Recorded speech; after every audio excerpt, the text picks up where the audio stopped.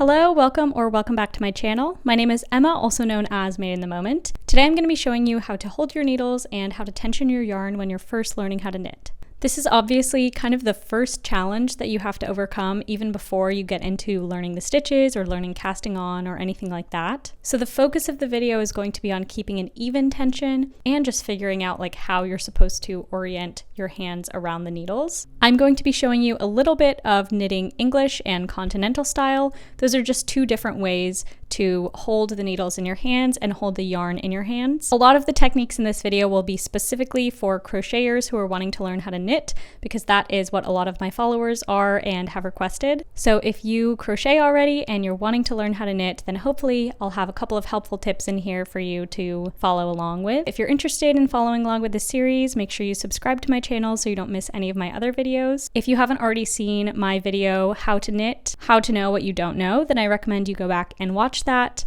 If you're just starting out, I outline a lot of basics on kind of how to even figure out where to start when you're looking to learn how to knit. If you like this video and my channel and you want to follow me further, you can follow me on Instagram and TikTok. I'm much more active on both of those. All of the techniques in this video were suggested to me by my Instagram followers, so if you want to be a part of future videos, make sure you follow me on Instagram. That's all I have for you, so without further ado, let's get into the video.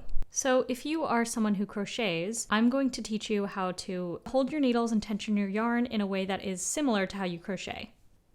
So when I crochet, I either do the knife hold or the pencil hold, just depending on the hook size and the project, but I always tension my yarn like this over my pointer finger and my ring finger and underneath my middle finger, and that's how I tension my yarn every time.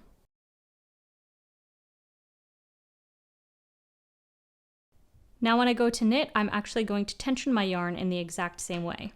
So I'm going to put the yarn over my first finger and over my ring finger, and I'm going to tension it exactly the same. I find that this is really helpful for people who already know how to crochet because you're used to handling the yarn like this. Tensioning the yarn in your left hand is something called continental style knitting.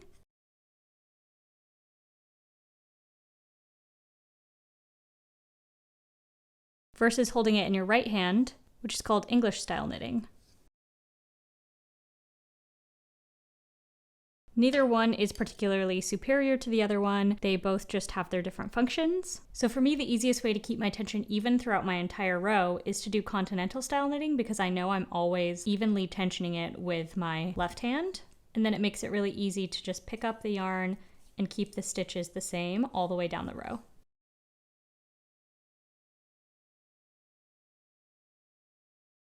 If you're knitting in the English style and having trouble with your tension, the most important thing that I can tell you is just to make sure your stitches are tight once you finish knitting them. So as you go around and knit, just make sure that the stitch doesn't end up too loose, but you also don't want it to be too tight. A mistake that I often see with beginner knitters is they want to make sure that all of the stitches are even, and so they try and over tighten, and that just makes everything really hard for every row that you're working on, because there's no movement or flexibility on the needle. So the first thing I want to talk about is how you actually hold your needles. So the way I hold them is as if I'm holding a knife. So if you crochet, this is very similar to the knife grip.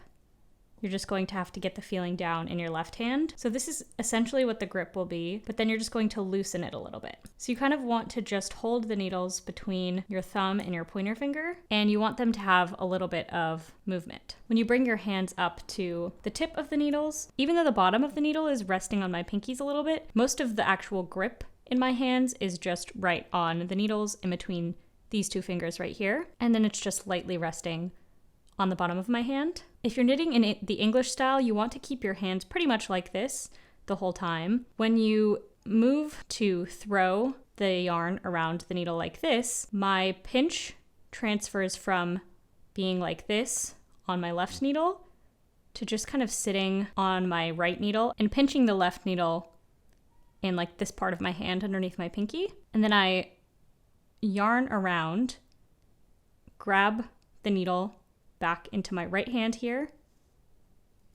and push through. So essentially you're just transferring back and forth between pinching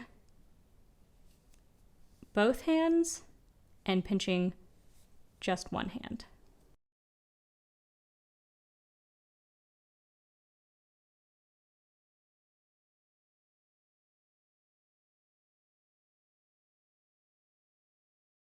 And then if you're knitting continental style, it's very similar.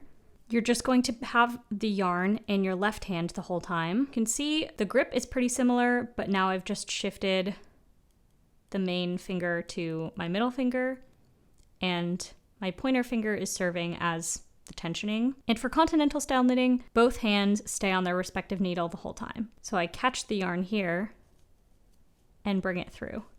Catch the yarn and bring it through. Catch the yarn and bring it through. And I'm sort of directing the needle to move with my pinky.